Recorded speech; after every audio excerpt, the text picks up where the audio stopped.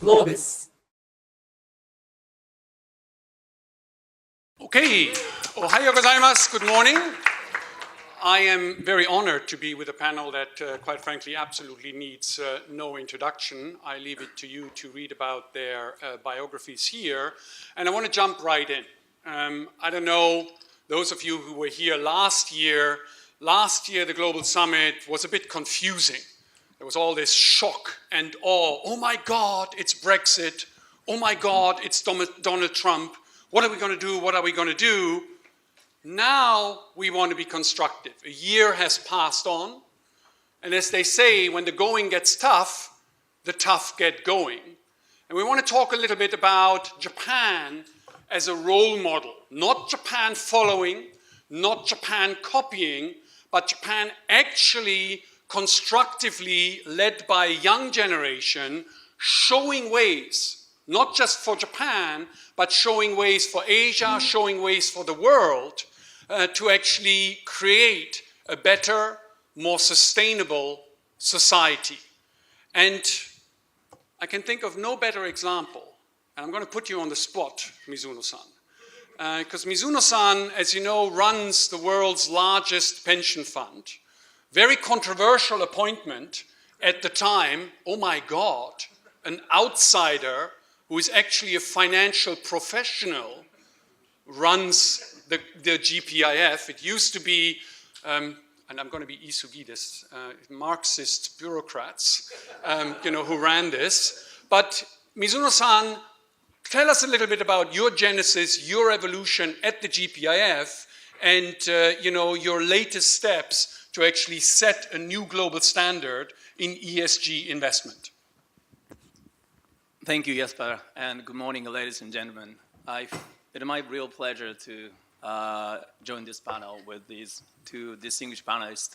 To be honest, feel humbled to appear on the same panel, and I have to leave the very high-level, gracious debate on the strategy of Japan to these, the two other panelists. But as Jesper asked me to share some of my experience trying to bring the status of GPIF up to the sort of global level player over the last 2.5 years since I became a GPIF CIO. When I became a CIO, I met with a couple of people which I thought is shaping this industry of investment. And one of the people which I think is probably unconventional for investment professional to have a conversation with was Kofi Annan, a former UN Secretary General.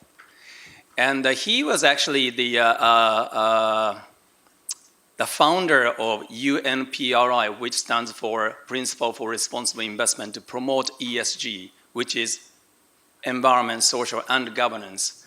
He actually came up with that idea after Lehman crisis that the investor has to be more responsible of what they do, how they place their money. And he said to me, Hiro, when you come back to Japan, try to find out for me why Japan is not joining this initiative, or why Japan is so indifferent, not concerned about environmental social issue, which appeared to be a shock to me because I always thought, and growing up as a Japanese, Japan is probably one of the most environmentally friendly society, and the Japanese government has been known as for long-term, the management. And so all the keywords which appeared as a part of the PRI principle was actually surprised me that why Japan is not picking up and joining the global initiative. So I actually analyzed myself what the PRI means or ESG means. It's all about sustainability, long-term, inclusiveness, and a multi-stakeholder model. And the other thing that at that time it came to my mind is, this is also exactly what the Japanese people think. That's what the Japanese companies are good at. So, and then I just determined to promote ESG through Japanese investor community and trying to become a leader in that field. And when I tried to start that, the biggest criticism I received is that ESG is a rule set by foreigners. Japan has been doing much better and much longer than foreigners. Why we have to be set the rule by foreigners? That's a very typical reaction. And I came to realize the actual source of the reluctance shown by Japanese company about our campaign for ESGs not stems out of their inability or concern to comply with those policy, but actually stems out of frustration why we have to be set the rule by Westerners again. So I try to persuade the Japanese, my counterparty and also my colleagues, if we believe the Japanese business culture more in line with what the value of those PRI is advocating, and also now UN SDGs are advocating for, are very similar. Why don't you become a winner playing their rule rather than arguing on the rules? Right. So I determined that we're just trying to be a leader in that particular game, and that we show that Japan can be a leader in that. And I had some struggle and a hiccup, but after 2 years of all these, the activities, at least I think, just believe or not, only 2 years. By the way, after 1 year after we become a signatory of PRI, I was elected as a board member. And 2 years after we start this initiative, Responsible Investor magazine in the UK voted GPIF second best innovative leader in the ESG industry after CalPERS. So I think this is something just a minor showcase, but Japan can possibly show what we have been doing is actually in line with what the world is now going into, and we can be a leader in that field. Mizuno-san is very Japanese. He's very humble. Yes. This is a complete revolution in the world of public finance. Mizuno-san has set aside 1 trillion yen of seed investment, and they have created 3 ESG indices in the Japanese market, which are setting and are redefining the global benchmark for ESG investment. This is very, very important. Everybody from CalPERS through to the Norwegian National Pension Fund, everybody agrees, yes, ESG investment is necessary, let's have another glass of nice red wine. But actually doing something about it by creating concrete indices that actually engage the investor and the corporation. I mean, I cannot stress enough how revolutionary and how forward-looking, right, this actually is. This is making an idea concrete, and as Mizuno-san put it very nicely, winning a winner's game, right? Now, so I just wanted to showcase this because certainly in the world of money, as well as the feedback loop that it creates into the corporate world, because now managers at companies are being held accountable on these principles. That's a wonderful feedback loop between capitalism, investment, and the real economy and corporate culture. Now, having said that, and by the way, I do not work as a PR agent for Mizuno-san. Maybe I should. But, now having this, sort of ingrained, I want to take it out a little bit to the higher level. And I cannot think of anybody better than Takenaka-san. Takenaka-san has been, actively involved in not just designing, but also in implementing policy when you served as a cabinet minister under the Koizumi administration. Where are we now? Japan is stable, Japan is growing, Japan has got some example. Are we now falling into complacency, or are there new initiatives coming? Thank you, Jesper, for this opportunity, and good morning, ladies and gentlemen. It is my great pleasure to be here together with such a distinguished group of people. Well, as was mentioned by Hori-san, typhoon is gone, and maybe election is coming. This is Japan. This is Japan. Many things can happen. But anyway, looking back to the past 4 or 5 years, we can find 2 important things that can be the model of the role model for the global economic prosperity. One is politics can be changed. Politics can be changed. The policy management can be changed. This is one thing. And the second thing, if policy management changes, economy can change. This is the most important point. Well, when Abe government started 4 or 5 years ago, the stock price in this country was around 9,000 yen. Now the stock price is more than double. And also the rate of unemployment, 2.8%.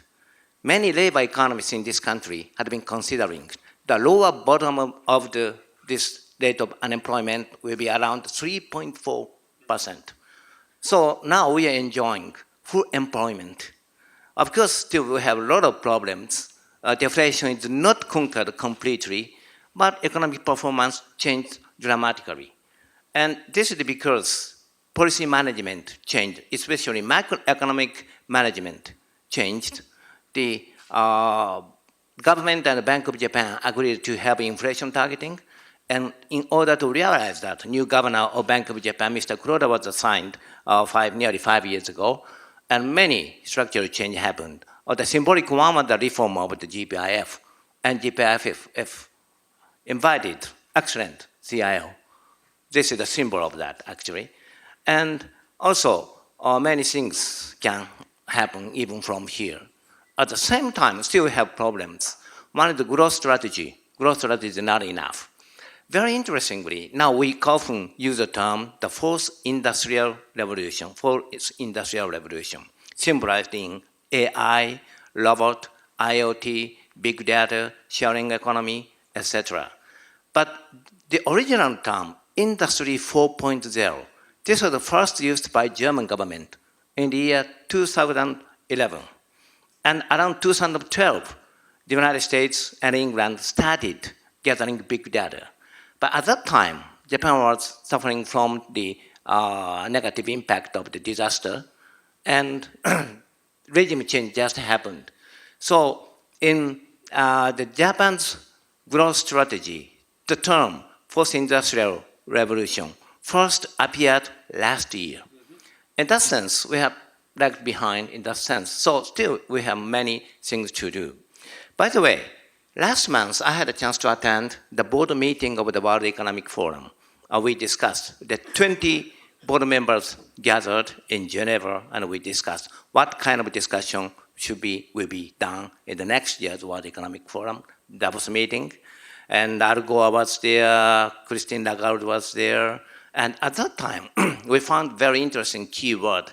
That is civility. Civility. Well, this is obviously indicating incivility can be seen in the policy making. Maybe I'm afraid to say that, but this is the Donald Trump case. He denied the importance of free trade, and he made an intervention to the private company's management. This kind of incivility is discussing. He, in a sense, overturning the table in anger. This kind of thing can happen also in this country. Well, we now have a very good policy, special economic zone. Maybe relating to that, maybe we have some scandal, developed political scandal. Because of that, the supporting ratio to Prime Minister Abe declined dramatically last month. It's still recovering. This is the reason why there is a rumor that the election will be held soon. But anyway, civility. And in the background of this incivility of the policy making, the fragmentation of the society. That's the most serious issue to be discussed from here on.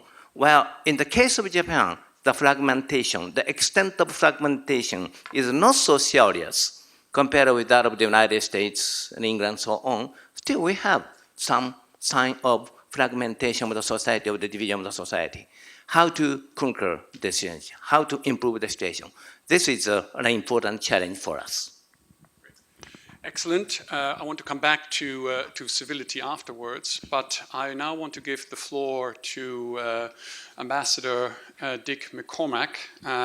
Dick McCormack is an idol for many economists like Robbie Feldman, myself, because Dick actually did forecast for the right reasons the American financial and the global financial crisis. So, we've got a great forecaster here. Takenaka Sensei spoke about policy management, policy coordination, where Japan really has done a very good job of coordinating fiscal policy, monetary policy, and regulatory policy. Richard, what does it look like from the United States? Well, the first thing I would say is it's a pleasure to be here. I have visited this country 60 or 70 times in the last 35 years. I have seen many faces around here in the audience that I've met before. And it's always a pleasure to come here. It's a joy for me to come here, and I thank the people who invited me to come. Those of you who don't know me, I basically have spent my life doing strategic planning for the leadership of the Republican Party and to a lesser degree, the Democratic Party. And basically what I do is I travel around the world quietly and I listen to what people who know more than I do have to tell me about what is happening here and here and here. I find that you don't learn so much by talking, you learn by listening.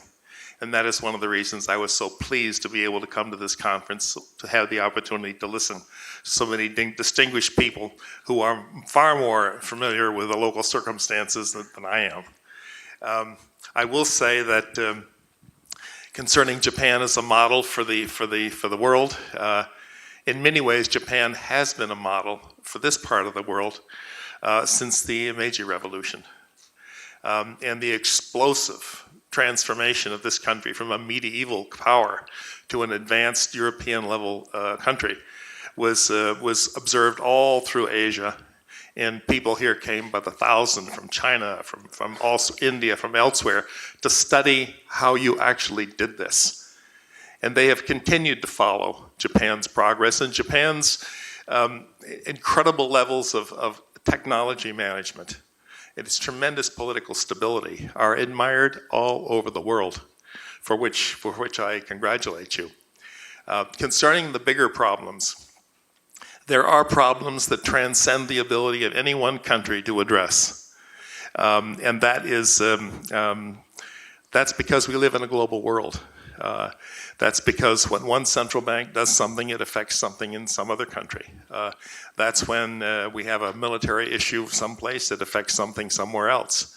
And so many of the issues that are out here cannot be solved by one country alone, not Japan, not the United States, not anyone. It can only be solved collectively by people planning together, thinking together, studying together.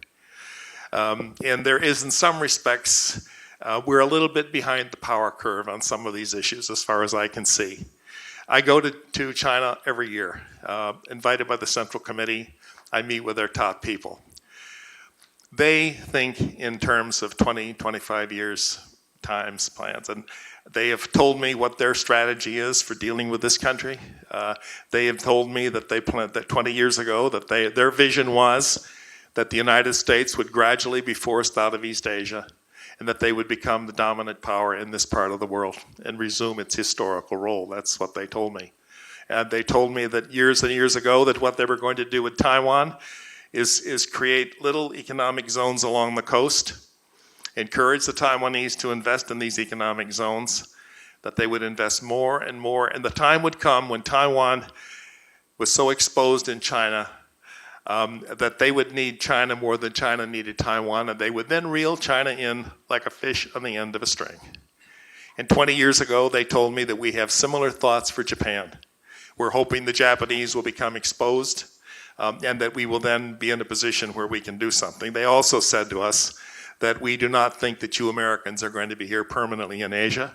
And when we observe the explosive increase in military expenditures in China, it makes us a bit uneasy. And it should make you uneasy. And it is essential that we work together, all of us, not to provoke China, which would be a catastrophic and foolish mistake. But we cannot allow a power vacuum to develop in this part of the world without creating the possibility of a miscalculation which could bring the very thing that we want to avoid, which is war. And that is going to require us to work with you and with the Koreans and with all others to address this problem that is developing and developing and developing. The actual numbers of the money that is being spent in China on its military thing is shocking. And we have not really come to grips with that yet, and we must. On the central banking front, we have, after the problem that we had, quantitative easing became the solution, at least the temporary solution, and we wound up with printing an awful lot of money. This resulted in asset bubbles. This resulted in, ultimately, in some cases, in currency depreciation when one country would devalue their currency and then other countries who competed would have to devalue their currency. And that is something that created problems in the US. So this is a problem in terms of how we basically tiptoe our way out of quantitative easing without doing it at such a pace that it causes the asset bubbles to burst prematurely and in an uncontrolled fashion is something that requires the very best thinking of all of our societies. It can't be done by us in Washington. It can't be done by you here. It's got to be done as part of a collective planning process. And right now we have in some respects a strategic deficiency. And we have got to fill that strategic deficiency with some concrete plans for doing some things. Now, I am quite hopeful that we will address a lot of these problems. There are structural issues that are all over Asia that need attention. There's a book that has just come out, which I commend to you, which is called The End of the Asian Century. This was written by a professor in Yale, and it was praised by George Shultz, whom you know, Larry Summers, whom you know, Bob Zellick, whom you know, and a half a dozen other of our leading thinkers. What they do here is he goes all through Asia and looks at the unsustainable things that are going on and makes suggestions for dealing with them. We need to consider some of those things. I personally think some of his suggestions on the political side are a bit simplistic, but I do not disagree at all with his analysis of the problem. And it's once you understand the problem, then you can begin doing things to solve the problem. But the first step is an honest and realistic assessment of the problems. Many of these problems are structural problems. The kind of problems that we dealt with the Structural Impediments Initiative in Japan 20 years ago, which I chaired. We did begin to address some of those structural problems. And those structural problems in different form are all over the world. And they cannot be solved by central banks printing money. It can only be solved by intelligent political action by political leaders. And that is our challenge. So as I say, we have right now a strategic deficiency. We had similar problems in the mid-1970s. I personally worked with Richard Nixon when we developed the strategy that eventually broke the back of the Soviet Union. It was in Nixon's book, The Real War, which basically proposed an economic and political strategy to squeeze them. It worked. I was made Assistant Secretary for Economics to implement the financial and economic side of the strategy, and it actually worked. But the point I want to make is that what is required now is some strategic thinking behind the scenes without a lot of fanfare, but we've got to get our best people and your best people and other best people together and figure ways of dealing with the Chinese problem, dealing with the legacy from the quantitative easing problem and 2 or 3 other problems, but it is certainly not beyond our powers if we work together. Thank you. Thank you very much, Dick. I want to pick up on that just very quickly. I mean, in this age of spectacle in democracies, right, where a tweet appears to be more important than a policy paper, this strategic deficiency, right? How a sane policymaker, how can we overcome this? What's the starting point? Why all this kabuki is going on impacting our lives? The answer is very simple. What you're seeing in America is democracy in action. And that democracy is how we solve our problems. We have frank, ugly discussions about them. When Mr. Trump won the primary, I was shocked. And I took a month off, and I drove up to central Pennsylvania. And I traveled all through central Pennsylvania, 650 miles, talking with people in bars, people in clubs, ordinary people. This is the area I come from originally, so I knew these areas. As I drove these 650 miles, I discovered that I saw thousands of Trump signs in people's yards, thousands of them. I counted 6 signs for Hillary Clinton, which tells you the spirit of the people in that whole region. Now, what is the problem there? As I talked to people in bars and in their homes and relatives of mine, there were 3 major problems. One of which was that, unlike Pittsburgh, which had the capital, the intellectual capital, and the actual capital to build an entirely new economic base when the steel mills went out of business and other of the manufacturing. These medium-sized towns throughout central Pennsylvania, Ohio, and Michigan, once the big employer left, which they did by the thousands to go to Mexico and California and China, they did not have the intellectual ability and they didn't have the capital to build a new industrial base in these little towns. And so these people felt absolutely abandoned. That was problem one. The second problem was, in these towns, these decaying towns, the escape mechanism for the young people was to go to the military. So they joined the military. The best ones went to the military. Then what happened was these youngsters were sent to Afghanistan and Iraq. They sometimes in 3 and 4 tours of duty. They came back to their hometowns, in some cases with mental and physical injuries. And they came back with something else, a very bitter message that they had been misused by the leadership in Washington.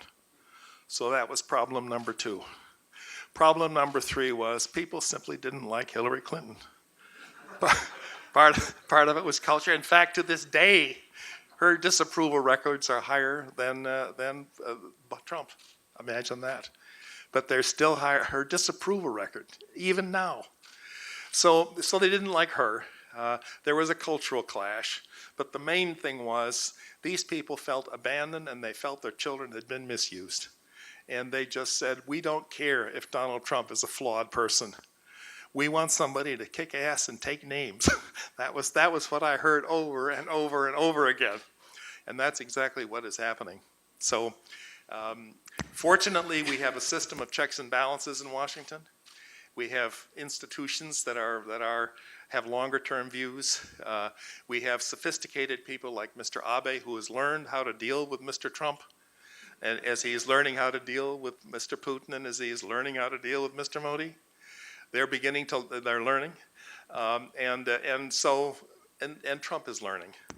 And in the meantime, we've got people like Kelly and Mattis and Tillerson and others that are quite capable people that are providing the institutional basis for stability while the learning process evolves.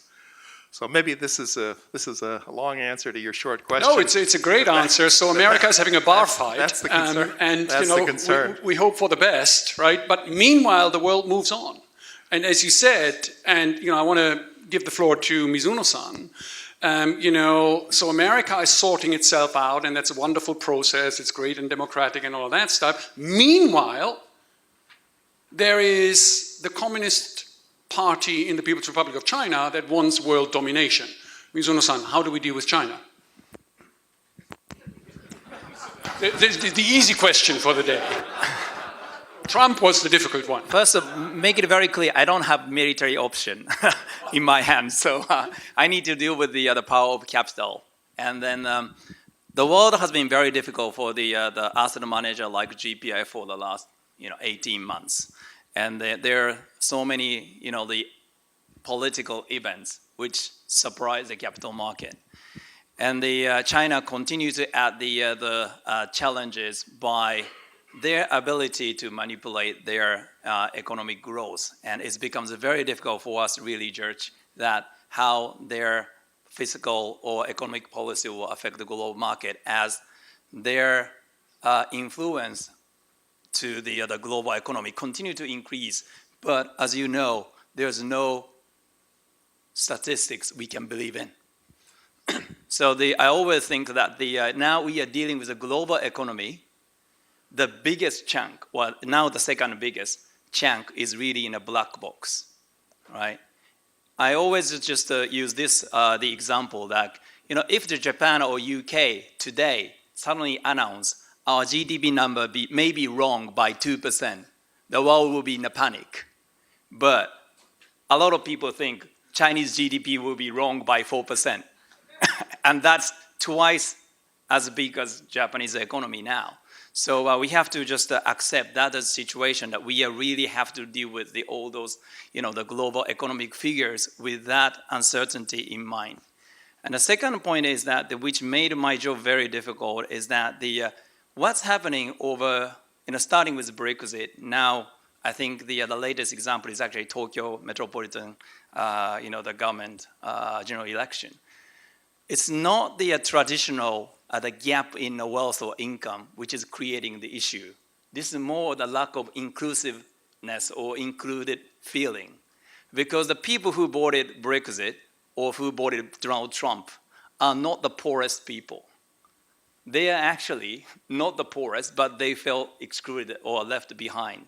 And that actually makes the judgment of the investor how to reallocate the capital is very difficult, because what's happening is not be understood in line with what happened in the past. So I'm trying to answer your question from my perspective. I think the China influence and the American influence is going to increase more and more. And what I've been always thinking is that something Japan can do or we can do. And one of the reasons why we have been so advocating for the ESG is that China is very good at the long-term planning. And they are master of implementing their long-term plan. And but on the other hand, Japan and America and Europe, all the private sector is so much under pressure for short-term, short-term profit. So we are trying to just send a message to the capital market that to give a chance to the company, and particularly in the private sector, and also the government, that the people should be able to have a longer-term perspective. And that's probably the best way to deal with all those short-term, like a political volatility and uncertainty associated with the Chinese economy. Takenaka sensei, the nexus, the linkages between Japan and China are, as you know very well, incredible. I mean, China basically is Japan's largest trade partner, both on exports and on imports. Of the imports into Japan, almost 2/3 are captured imports. So they are made by Japanese transplants or by joint ventures, intermediate products mostly pulled back into the system. So how do you look at the challenge from the People's Republic of China and this enormous political will, right, for China to assert itself? Well, among Japanese specialists on China, among American specialists on China, the opinion varies in my understanding. While generally speaking, Japanese view is much more pessimistic, and American view is much more optimistic in my understanding. For example, according to the recent estimate of the Japan Center for Economic Research, the Chinese economic growth will decline dramatically in the coming 5-10 years. In 10 years, the growth rate will become around 3%, 2.8% level or so. The reason is, well, now they are enjoying the size, the scale of the economy. It is true, Alibaba's sales is larger than that of Amazon already. This is indicating the importance of the scale. However, what's the rule of the law? Rule of the law is the most important point to create innovation. Well, without rule of the law, the innovation will not be created. Under such circumstances, the growth rate will decline dramatically. So we sometimes discuss the high growth of China is a threat to us, but decline of the Chinese economy is another threat to us. So both aspects we should consider. However, it is important to recognize that Japanese economy and Chinese economy is integrated already, as you mentioned. Integration, deep integration, not shallow integration. That's another important fact. where the supply chain is already created. So under such circumstances, it is important to enhance the cooperation between the two countries. But still, there is a high risk in my understanding. The growth rate of China will decline gradually. And so we need some preparation for that. That's my view on China. And at the same time, China, Japan, and all other Asian countries share the common problem. That's a low birth rate, and the demographic problem we face. So in that sense, Japan can be the role model, Japan's total fertility rate is around 1.3, but Korean rate, Hong Kong rate, Singapore rate is lower than that of Japan. And even in the case of China, they have one-child policy. So we do not have the accurate rate of the birth rate of China at this moment. But anyway, they will face the serious problem. The working labor force will decline in 10 years or so. So it is very important for Japan to show some solution. At the same time, as I mentioned, the fragmentation. That is the similar thing is happening also in China, fragmentation of the society. So the role is politics, the role of the new policy to improve the situation is very important. So the role of Japan is now, in that sense, expected. In Japan as a role model, right? Clearly, any Chinese tourists, or we take a couple of Chinese interns over the summer, they come to Tokyo, they love it. I mean, what's not to like? It's the only city in Asia with clean air, no traffic jams, and a banker who lends you 90% loan to value. Spectacular, right? So Japan as a societal role model, absolutely. But what in the hard world of power politics and money? I forgot to say one thing because I didn't expect that question about China. But recently, some of you know that the MSCI, the world's biggest index provider, included China A-share in a global index. And I spent hours and hours debating with MSCI whether they should include the China A-share in a global index, because I really struggle to agree that the Chinese government, actually after they joined the IMF, they actually doing the opposite from the global investor expected. They are actually implementing a lot of policies which actually pushing the Chinese market backwards towards more regulated and a more unpredictable capital market system. So I thought that it's very important for us to send a strong message through this discussion. So GPF kind of refused to take China A-share on the global index. And we agreed with MSCI that they will provide us the customized index without extra cost. But we are now calling for the global investor to join this debate.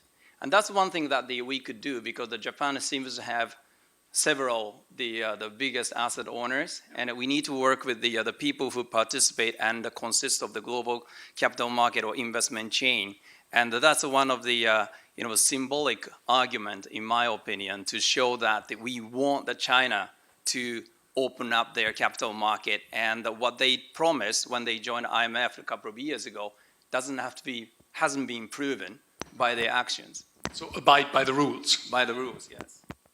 Also, I forgot to raise one important issue relating to the role model. Well, as I mentioned, Japan can be the role model, I think. At the same time, we should remind another factor, leapfrog type of development. That's very important. Now we have a well-developed society, but please consider the case of the personal identification. From here on, in the fourth industrial revolution, for personal identification, ID system. In Japan, we call my number. Do you have my number card? Only 10% of Japanese people get, only 10% my number card. But in the case of India, Mr. Nilekani, of the former chairman of Infosys, first of all, Indian government created the special agency focusing the ID, my number. My number agency is there, and he became the president. Please assume that we have my number agency, and Mr. Son Masayoshi became the president of that. And as a result of that, among 1.2 billion population, 1.1. More than 90% of people have already ID through biometric method, fingerprint. So this is indicating, well, we can be a good role model. There are possibilities. At the same time, we should some very special attention to the leapfrog type of development. Some countries will realize that. I think that that's an absolute key point in terms of going forward. I mean, when you think about where you are in the competitive landscape, you know, you need to have content, right? You need to have the ability to produce and provide the service. And then it's about platform. Do you have a platform business? And then, of course, the holy grail becomes the ecosystem. And I think it's fair to say that, you know, at the ecosystem level, there's not a single Japanese company that actually competes at the ecosystem level, right? Dick, a couple of comments. I don't have a comment on this. I do have a comment on the previous comments on China. That's more concrete. Yes,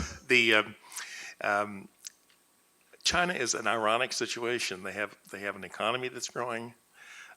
They've got a military that is growing. But there is a tremendous sense of insecurity among the party leadership about the fragility of their political system. They are terribly concerned about the possibility of a financial crisis. They don't understand finance, all of them, but they know what happened in Japan in 1991, and they don't want it to happen to them. And they're fearful that it will, with the debt buildup that's taken place there. So that's one problem. The second problem is, of course, the corruption is pervasive in the country, and that is, it has created problems for the Communist Party. And one of the things that Xi did shortly after he was made head of the country, he had hundreds and hundreds of copies of de Tocqueville's book on the causes of the French Revolution, translated into Chinese and distributed to every key member of the Politburo. That is what they fear. That is what they fear. And of course, they set up an anti-corruption program that is hoping to improve the reputation of the party. But of course, this has created problems with the people that are on the receiving end of those phone calls and visits by the police. So there's a situation where there's economic strength, there's a situation where there's military strength, but there's a political vulnerability there which they recognize better than anybody else in the world. Wonderful. Now, concrete example how Japan is a role model in the world of money, in the world of finance. Obviously, the strengths of Japan's civility, right, you know, is an intrinsic role model, and a big challenge, right, from the fact that, yes, the People's Republic of China is absolutely serious of wanting to become the Middle Kingdom, while our friends in the United States have their internal issues to be fought out with. Now, I wanted to open the floor for any specific questions that you have.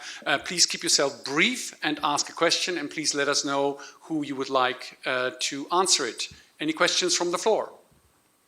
There's one over there. If you could quickly identify yourself and then the question. My name is Ken Jimbo. I'm associate professor from Keio University. Takenaka sensei mentioned about the leapfrog, and I'd like to explore that issue further. 10 years ago, when China actually made a decision to make a Great Wall on the internet, I thought it was a huge strategic mistake. I'm a Google fanatic. If you go to China, you cannot really actually run your business without having access to the VPN and so on. But today, if you go to Dalian, Shanghai, Shenzhen, and those places, actually you see the gigantic cashless digital markets. Even you are rich and poor, you have Alipay and WeChat Pay to run your business and also do your credits, settlements or anything. And Takenaka sensei mentioned about India as well. They are also achieving its cashless economy in the very wide scale. In comparing to Japan, I think we are now importing their model. If you go to Hokkaido, Fukuoka, you have a shared bike owned by China. And you are now, I think, importing the Alipay system in Ginza. What's happening in Japan? Are we missing something? Are we being something really late in reforming ourselves, in transcending ourselves to the digital economy? Well, thank you for raising a very important question, Jimbo Sensei. But you are a real specialist on this issue, I understand. But the other day, one of my friends, a professor of Beijing University, tried to give some cash to the beggar on the street. But this beggar said, please pay in WeChat. This is a true story. This is a true story. Well, 20 years ago, the cash GDP ratio in this country was only 8%. Now it is increasing to the 20%. Japan is very exceptional. Cash is increasing. In many other countries, cashless is now discussed. This is a very typical phenomenon of, I mentioned, leapfrog.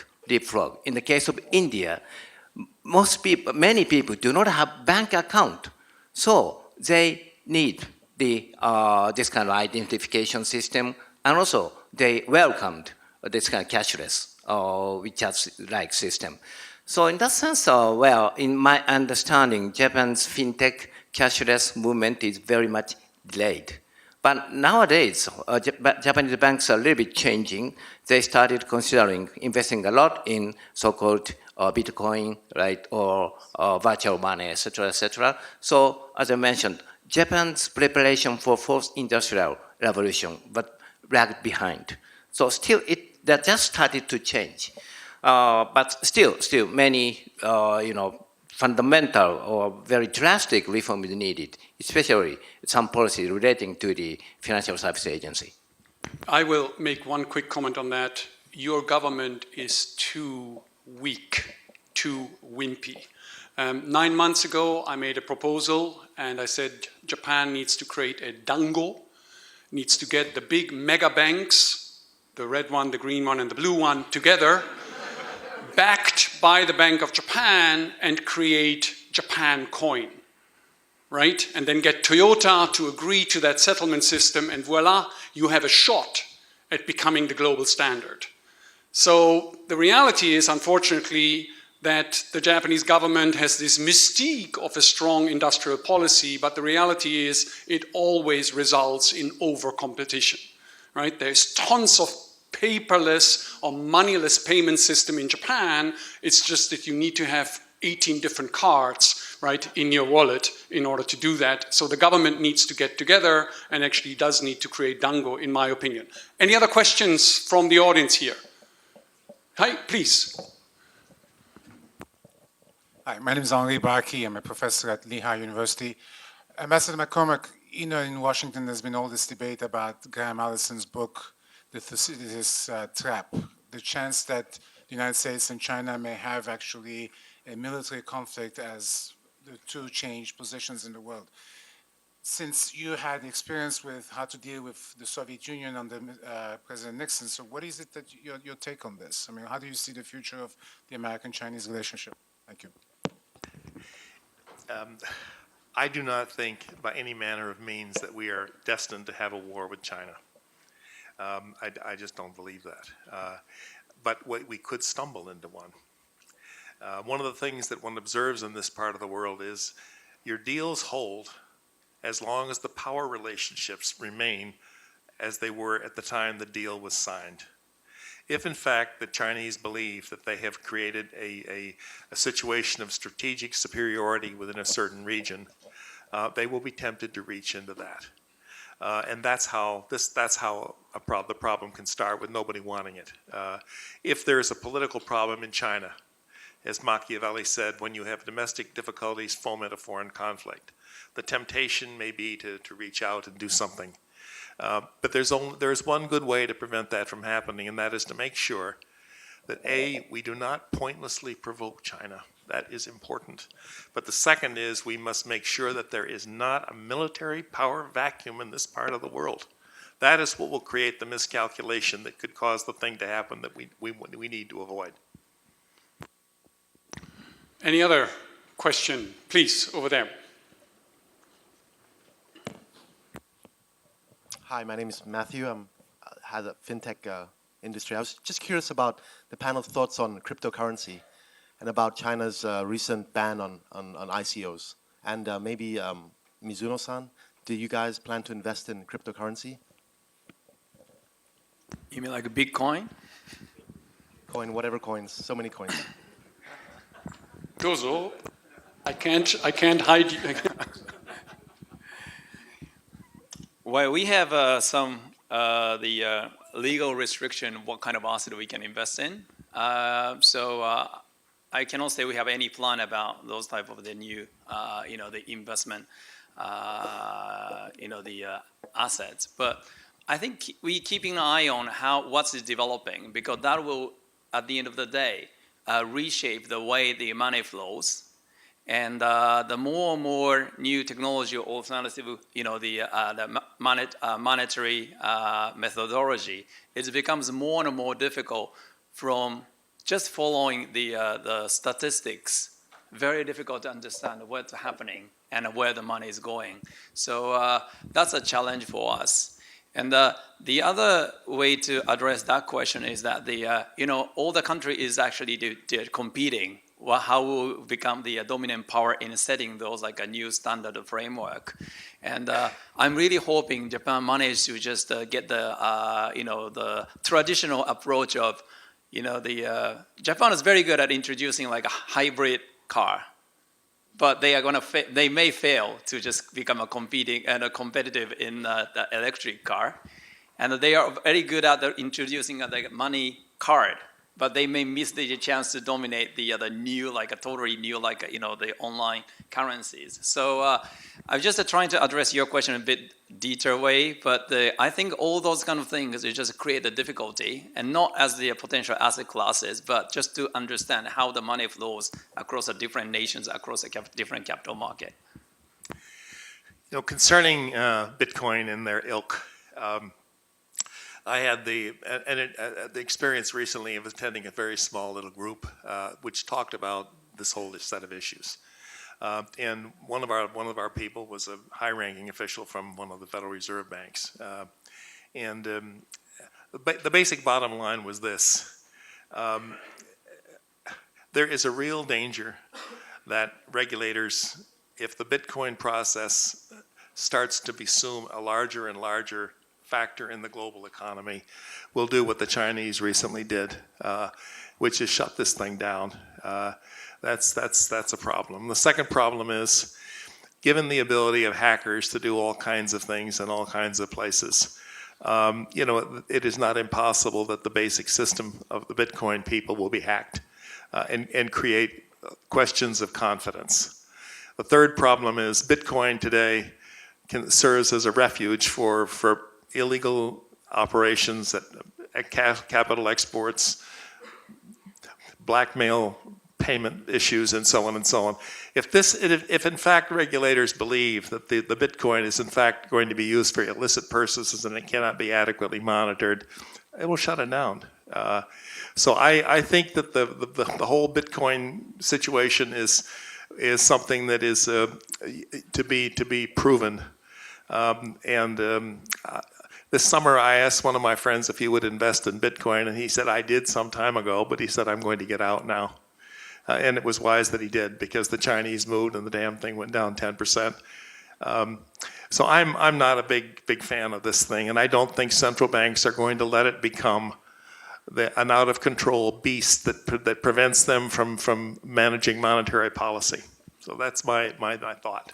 Just 2 data points, not on cryptocurrencies, on what's actually going on in money flows. You find that Japan's banks, for 3 years running now, are the single largest creditor in Asia ex-China. Japanese banks, so the yen as an anchor currency, is actually developing very quickly. The second thing against that, if you look at the SWIFT settlement system, right, which is any international transaction basically goes through that system. The use of the renminbi, 5 years ago was basically non-existent. Now it's 18% of all transactions. So, cryptocurrencies, fine, let's have a glass of drink and discuss this, but there are real money flows that are going on. There was back there, please. Hello, Mike, please.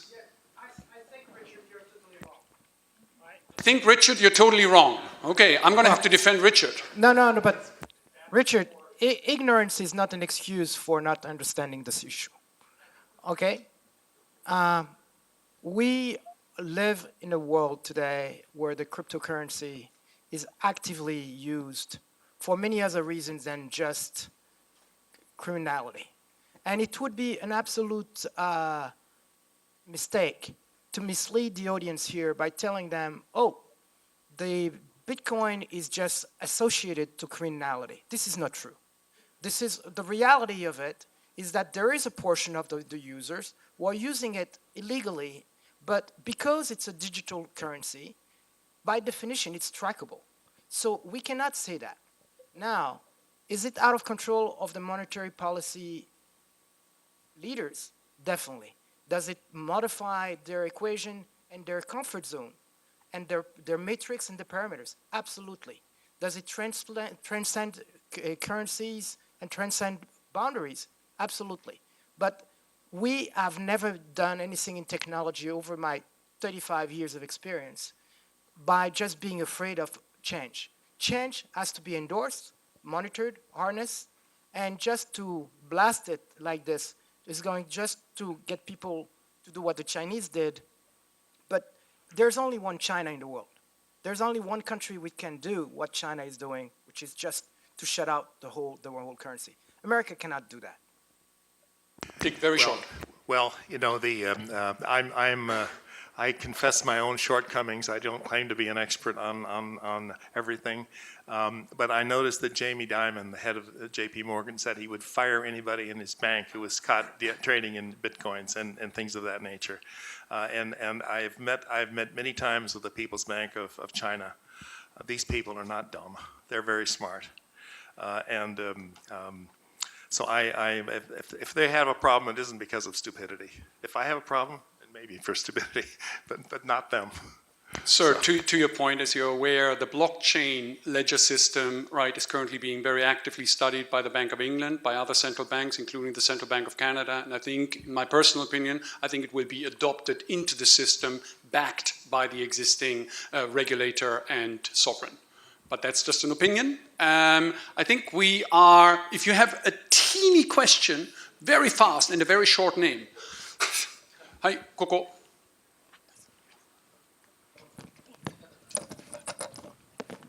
Very short, please. Hi, my name is Hiro Tezuka, working for JFE Steel and also Kedanen.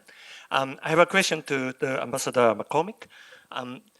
You mentioned that Japan has been a role to Chinese industrialization, and being in steel industry, they did succeed in copying Japanese iron steel industry, and very successfully. And I have been working with them in the past 10 years, teaching them on how to develop technologies and how we transfer most of our environmental technology and so forth. But just recently, they approached us that we already learned most of them, but tell us how to restructure the industry. They know that we did the same thing in we did in 1980s, reduce the number of employment almost by the half or 1/3, and successfully. And we still keep the world best iron steel industry in Japan. So our answer to them is, sorry, this is a secret of Japan, so we can tell you. In reality, getting into the 1980s and 90s, Japan getting into the very unstable political situation. Up until that time, LDP almost dominated the politics, but after that, then we have the multi-party changing every years and so forth. This is going to be this was the pressure valve in the society. So question is, we know that China has a huge excess capacity industrial base. So they need to do something, but can it be done under the Communist Party, single Communist Party dominance? Excellent. So there's a new role model for Japan, right, that can actually help with the deindustrialization and the restructuring. We've run out of time. We've got a very exciting program. I think you're going to have to, go to your different sessions right now. I want to thank the panel very, very much. I hope that you found it useful and, insightful. Ambassador Hiro Sensei.